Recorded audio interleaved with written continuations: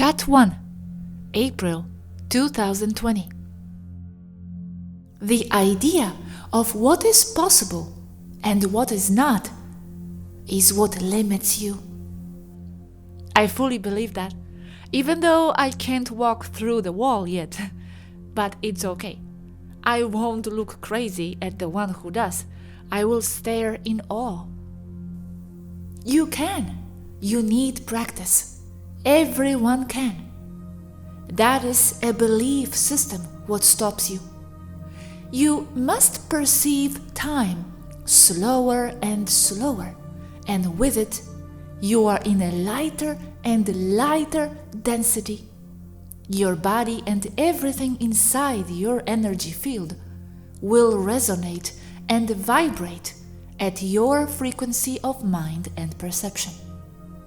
And you can perceive time slower and slower, altering your perception of it. As an example, looking at the needle of the seconds in a clock. Look how it goes, how it ticks, slower and slower. Dissociate from your surroundings. Enter a meditative trance. Look at the hand going, ticking slower and slower, an eternity each time it ticks. Everything around the clock goes black and blurry. In that state, you are vibrating very fast. It is a state of mind. I also hear the beating of people's hearts. One of them is enough, as the others beat accordingly. With my mind, I make them go slower and slower. What I imagine is reality. The heart almost stops beating, only once in a very long time. You see them slowing down, more and more, until they are motionless. For you, they are stopped. In your perception, everything is perception. For them, I am moving extremely fast, like a bullet. But that also means I have no mass, because I am in another density. Time means nothing. Relative it is. And walls mean nothing as well. Practice, and you will be able. That is to change density with mind alone. But as soon as you take your eyes off the needle of the clock, you don't go back to the previous state? A wall doesn't become a wall like before? How do you maintain that state? No, the needle is for practice. Then you know the mental state and you induce it on yourself, very fast and at will, in an instant. Hearts work better because it is a reference of the time frame and density of the other people around you, but not even necessary. With practice, you will know the feeling. I enter a trance and I become another in another density. But it's not crazy, it's practice. But what if you don't have any hearts around to hear? I think the clock would be better for me, perhaps. Look at the clock and don't think you will be able to stop the seconds hand. Let it tick. Not even I can stop it the first time I look at it. It's not about stopping the little hand in the clock. It is about how you feel inside. So you are like imagining it goes slower and slower by imagination, willing it. Yes, but let it tick. You won't stop it. It's not about stopping it, or that would be simple telekinesis. It is only a reference to alter your reality, your perception, entering a trance. Okay, so the hand will tick the same way. Your perception of it will change. You enter a different space-time density from where you feel it slower. You are at a different time rate, right? Exactly. And it's not deluding yourself. Reality is perception. Alter perception, and you alter reality. It is about how you perceive things to flow past you, how fast. Another way to explain this is that you are letting everything that makes you feel in a hurry go. Let everything go. Be late to everything. See everything as slow. Nothing is important, nor needed to be done. And as you slow down the perception of your surroundings, your reality, in effect, you, who you are, your consciousness is speeding up, and a lot. I mean bullet speeds. Speed and time is always relative, never a constant. So if your external world is slow, it means you are fast. I mean really, really fast. This is not crazy. It's simple mental power, concentration, dissociation, focused intention to dissociate. Aneka calls it superpowers. Okay, perhaps they are, but this is only perception, altering reality with mind alone. Yes, perception is definitely reality. There is nothing but perception, I understand. And then what can you do with that speed? Go through walls, etc.? Yes, walls are not in your density because you vibrate much faster, meaning you are in a higher frequency. You still know they are there, but they are not in your density, so you can walk through them. You are vibrating a lot higher. You become spirit from their point of view. You become a ghost at will. Then, mentally, you slow down and you come back into the reality you share with others. And I even tried rematerializing myself with my arm still inside a wall. I was scared at first, but I tried it with my shoe first. And interestingly, as you lower your vibration to equal the one of the door, the matter of the door or wall and the matter of the shoe repel each other progressively, like two magnets that repel each other. The wall or the door pushed the shoe away, so they never mix. So in other words, you can't get stuck inside. I initially thought the shoe would get trapped in the wall, but it does not happen. I then tried that with my arm and with my body, and it repels you, moves you away one side or the other of the wall. You are never trapped in the wall. In other words, you cannot get stuck in a wall. It's a physical impossibility. The atoms that make up the matter are electrically charged.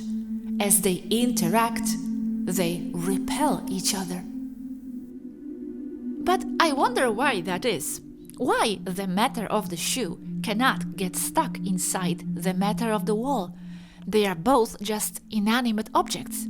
If you cement the shoe inside the wall, it does stay there. They are inanimate, but their electrons are very active. They create a magnetic field that, when encountered one equal in frequency, density of existence, they repel each other. As you materialize inside the wall, it pushes you out. Okay, is it because your foot is in it? If you just put the empty shoe in the cement wall, it would stay there forever. What is changing the density of your shoe is the fact that you are holding it. So it is inside your toroidal field that in turn determines your frequency, and it is controlled by your mind perception. Right, so it is related to the fact that you are somehow involved with that shoe. No, because as you leave it there, as you stop holding it, it will still jump out. You vibrate higher, and you can hold the shoe inside the wall.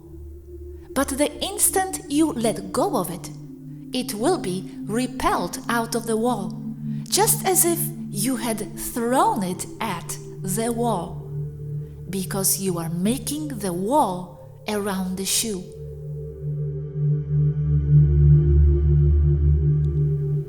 Chat 2, October 2020. Hi, what's new, Yazhi? I was checked by Senetre, our doctor. I got a bit dizzy, that's all. I may have strained myself a touch bit. Doing what? Bending space-time, at least for myself. Oh, what did you do exactly? Turned yourself into a turtle? Nope, just experimenting. Looking for my limits, I guess. Be more specific, please. I am looking into jumping with something else with me, not alone. With an object, for example. Easy if it is small, but I want it to get bigger and bigger. Jumping where? In general, teleporting anywhere. And what happened? Any success?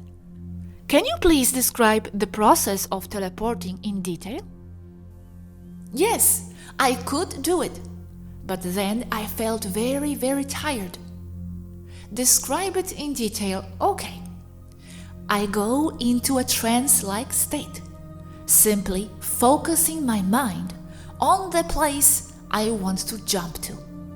Then I go slowing time around me, as I have described before, dissociating, like when I look at something, like a little light near me. Everything turns black except the little light. Then I place the little light in the place I want to go to, with logic to why it would be there. And then I go like pulling out of that state slowly, while I feel joy and a powerful peace and calm sensation, obviously high frequency.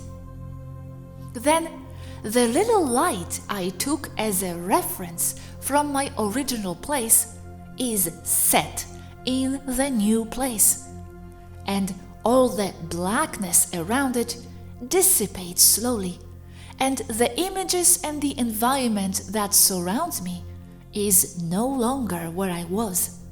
I am now where I want to be. And now I am doing it without the little light as a reference. That's my mechanism, basically. Wow, makes sense.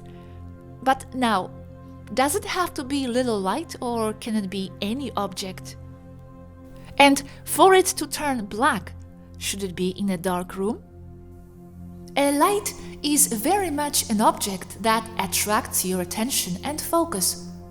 I was using one of the little red lights of the sliding door controls. The red indicated door locked. But a candle or a fire would be even more effective because of the hypnotic flicker. But now, I just slow time and go black. Everything turns black around me with my eyes open. And I clear out again, and I am in the new place. No light, no candle. Another way is to do it in darkness. I turn off the light, focus with mental images where I want to go, and then I close my eyes, and when I reopen, I'm there. How long does it take you before you find yourself in the new place? Like 10 seconds, maybe less. How come you just find yourself there and we couldn't? What's different between us and you? Beliefs broken? You and the others are too stuck within the physical dimension of things. It is really beliefs. There is no physical, I mean it, not as in an illusion. The illusion is to think you are. How to unstuck? I mean, I seriously know it is all just mental. So how come I still can't do those things?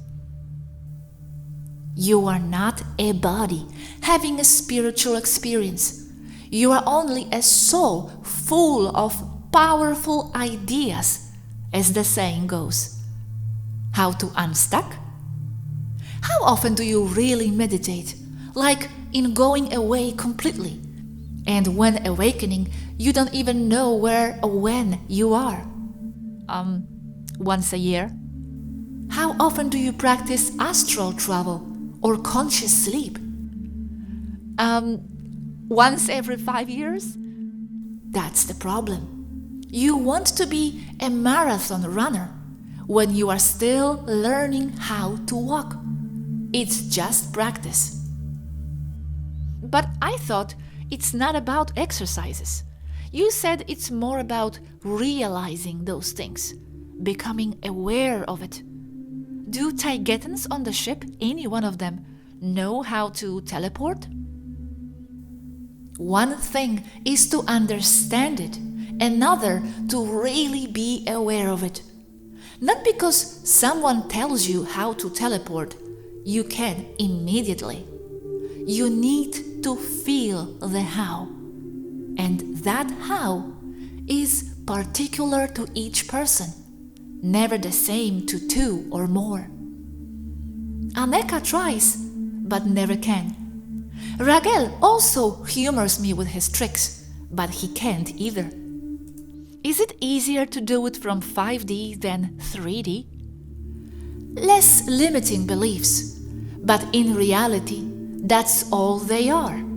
So it is as easy to jump wherever D you are in. A D is just another idea anyway. Yes, but here we do have more of those limiting beliefs, so it wears off you, I suppose. Collective does leave its mark. Yes. So you said it must be imagining a place where you can justify your presence. Why not just any place? Isn't that another limitation? Nope, any place, anywhere. And yes, it is. But you can get around that. You can astral travel to that location, like flying into the place and see around. Then you see and remember the location. Then you go back for your body. Okay, interesting, makes sense. What do you feel while teleporting? Like you are falling asleep without losing consciousness. Exactly as when you go into deep meditation, because that's what it is. So you essentially meditate to a deep state, with visualizations of the place you want to be in, feeling yourself there completely, every single detail in your mind. The smells, the temperature, the breeze on your face. Then you extract yourself from that deep meditation and you are there. That is what I feel, nothing else. Or perhaps, but it is difficult to understand or to describe. But then, as you are in the process itself of shifting, what do you feel? Just like traveling through ether? There is no traveling or movement? Imagine falling into a deep meditative trance as you slide down a slope. The further down, the deeper you are meditating. Feel it as if it were a dark place you slide into, really deep. That's normal meditation, like linear. Slide into it downwards and slide out of it upwards. This, and I have imagined myself describing this many times, but this is perhaps the first time I ever do in writing. The teleportation feels like this. You slide into that deep meditative state as usual. Meditative state you go into looking for teleportation or for a more profound mystical experience, but you don't find it easily. Slide in, down, and deep, and then back up.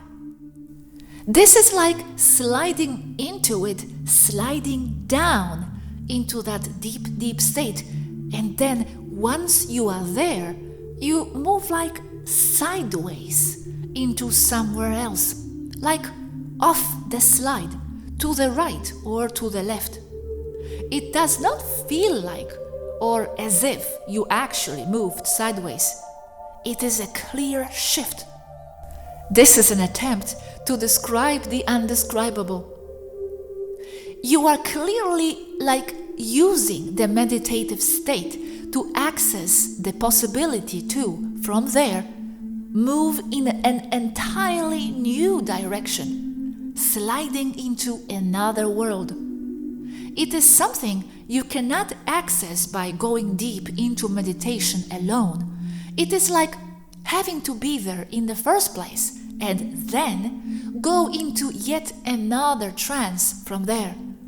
The word sideways, I'm using it to describe entering another state of mind, coming out of that deep meditative state. The deep meditative state is not enough.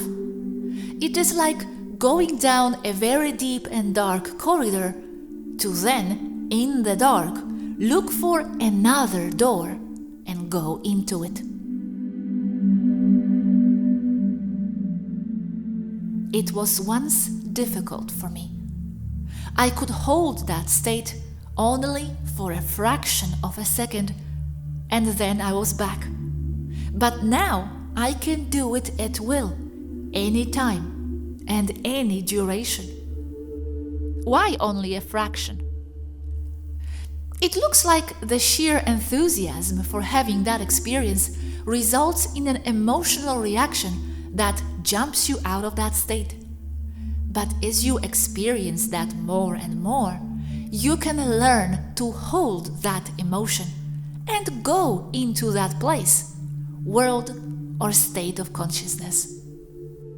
So, what is your bodily reaction once you are on the other side? Does the body handle it well? Feels normal, as real. But apparently, the experience drains it out, and a lot. As if you had run 10 miles with a 20 kilos backpack in the sun, depending on what you did. Why is it? Maybe it's not healthy for the body. I am not sure why yet. I think it is linked to the idea that it is your body giving off this energy when it is not. But I feel very rested when I don't move my body, just my mind. And it drains my body a lot when I teleport with cargo. And the larger, the more energy I need to teleport with cargo. Well then, don't burn yourself out too much. Use the door. Chat 3, October 2020. When I teleport, I don't feel like I'm going through a tunnel or a wormhole.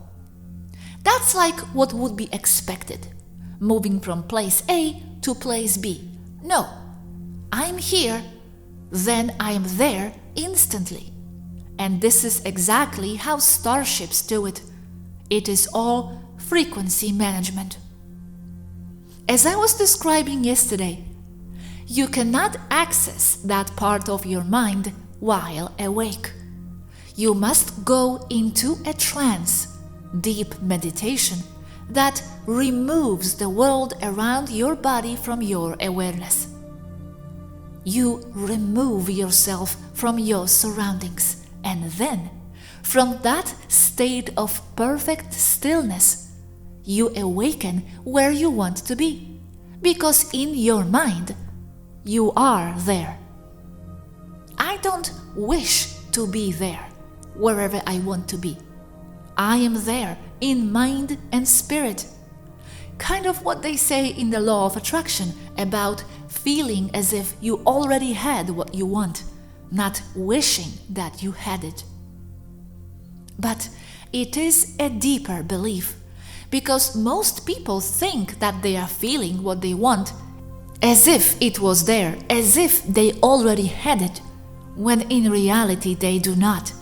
They only hold the idea that they do in their conscious mind, and their subconscious still blocks them, thinking that it is only a wish and not reality already there. So, in training, what they should do is wish small, easy things, and then practice every day, and just about all the time, getting progressively more complicated. Same for meditation. People think they need to isolate themselves from the others, find a nice spot, and cross their legs. Terrible position, by the way, no blood to your legs. Some say that is the point. When you have practiced enough, you can switch into deep meditation, a deep meditative state in seconds, with everyone around you.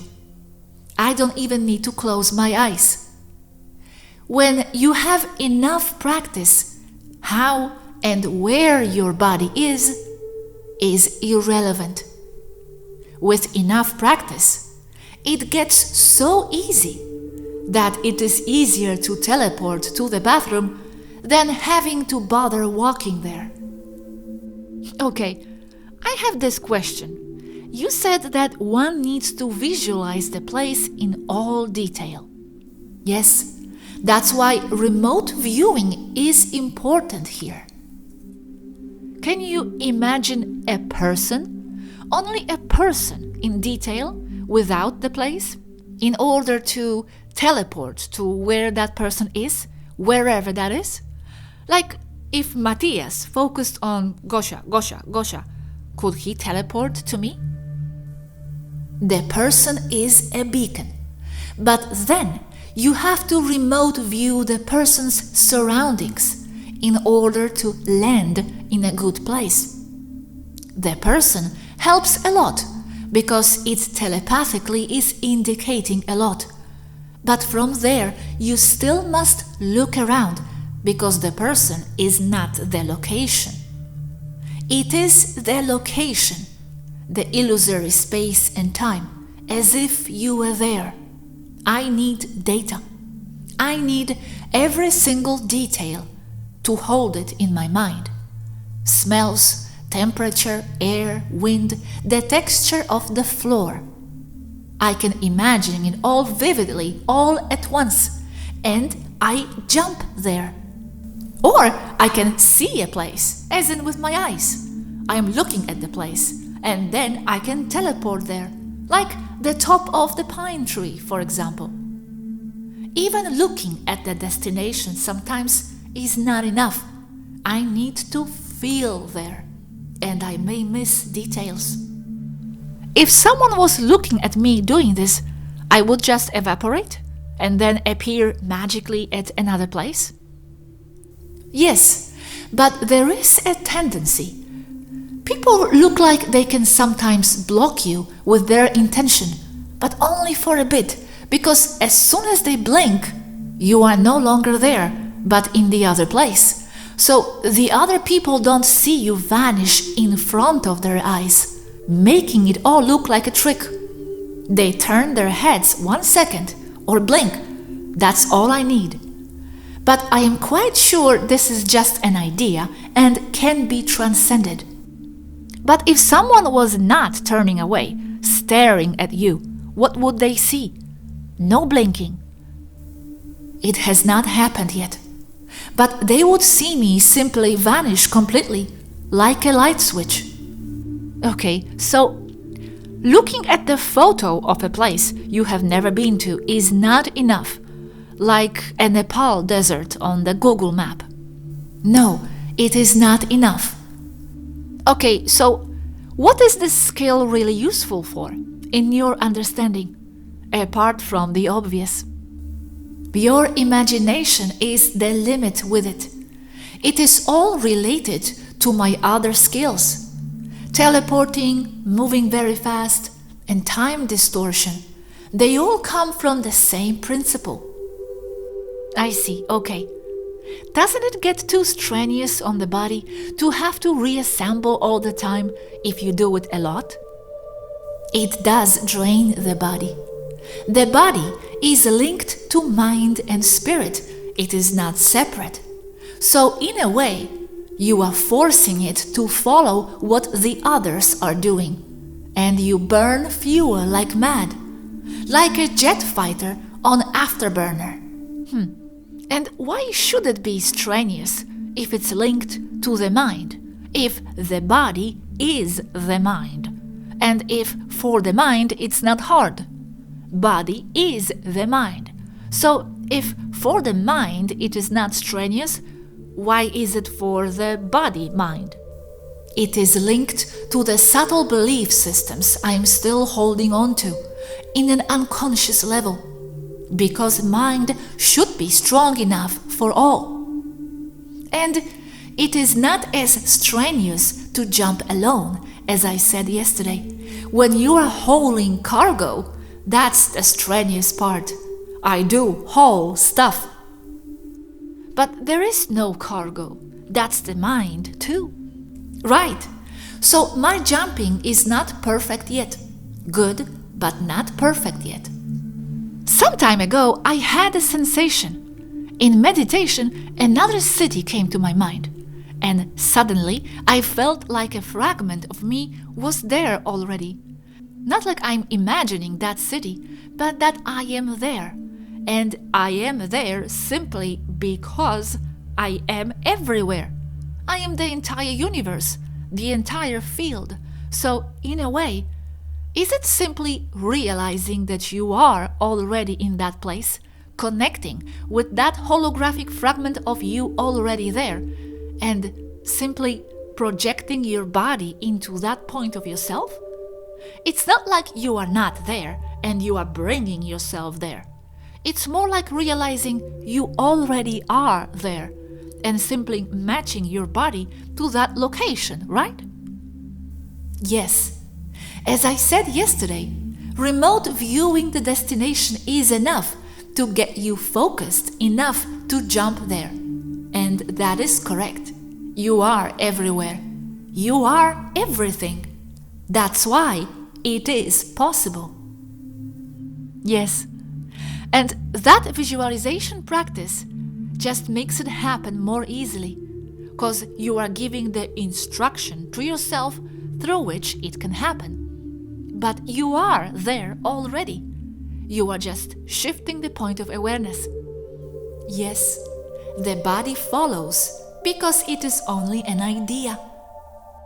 Hey, got an idea. What about shifting yourself to another person Forget your body. Be another person. That's easy. But as far as I'm concerned, I need to know the person well. You assume that that person's body is yours. I have thought or considered more than once to enter someone and then go knock at your door. But that would be in extreme freaky, and you probably would blame this contact on that person. And that poor person would be very confused afterwards, probably ruin their life. Chat 4, October 2020. If I can, everyone should be able to do it. What I do to teleport is that I change my frequency first, then I jump. What is a frequency anyway? How fast matter moves, particles, energy. That's why the higher, the faster. So to elevate your frequency, you don't really need to think of roses and chocolates and sunny beaches and new toys. Frequency is time. Faster, right? That's because you are comparing it to a time frame, relative to you or to others, in what you call the outside world. Time is you, your thoughts, your awareness of being, of existing, knowing that you are someone, consciousness. They go hand in hand, awareness, consciousness, and time. You cannot be aware that you are, that you exist, without generating a perception of time unique for yourself, unique to you. You and your thoughts and your frequency is what time is for you. Time is you. Consciousness generates it. But consciousness is also awareness of being and of generating whatever you are placing your attention on. Gravity is that attention you are giving anything you are thinking of, in a time frame that you are also generating. Gravity is the flow, the focus of your attention. It creates worlds and everything in them. That's gravity, a flow of consciousness measured in a time frame, also emanating from that creation consciousness. Any flow means it has a velocity. Gravity depends on velocity, and velocity is relative to time, time to awareness, and awareness to consciousness, and all that is, all that exists, to the relationship between all the above. So, to alter your density, you need to alter your personal oscillations. That is, your perception of time relative to the environment that you perceive to surround you. So the higher your consciousness, the faster you manifest. So what I do is that I alter my perception, and with perception, my oscillations per unit of time, going into a trance. I slow everything around me in my perception, forgetting what surrounds me, perceiving only fragments. I freeze time in my mind's eye, and with it, in my perception. I can be playing with water, and I throw it up in the air, and I see it still there, as a glob of water, all clumped together, suspended in mid-air, there eternally, timelessly. I disregard the apparent fact that the globe has fallen long ago. What I perceive now is the eternal glob of water, there, frozen in time. I literally have the image of those globs of water that are months old or older, much older. So the trick is in making everything around appear slower.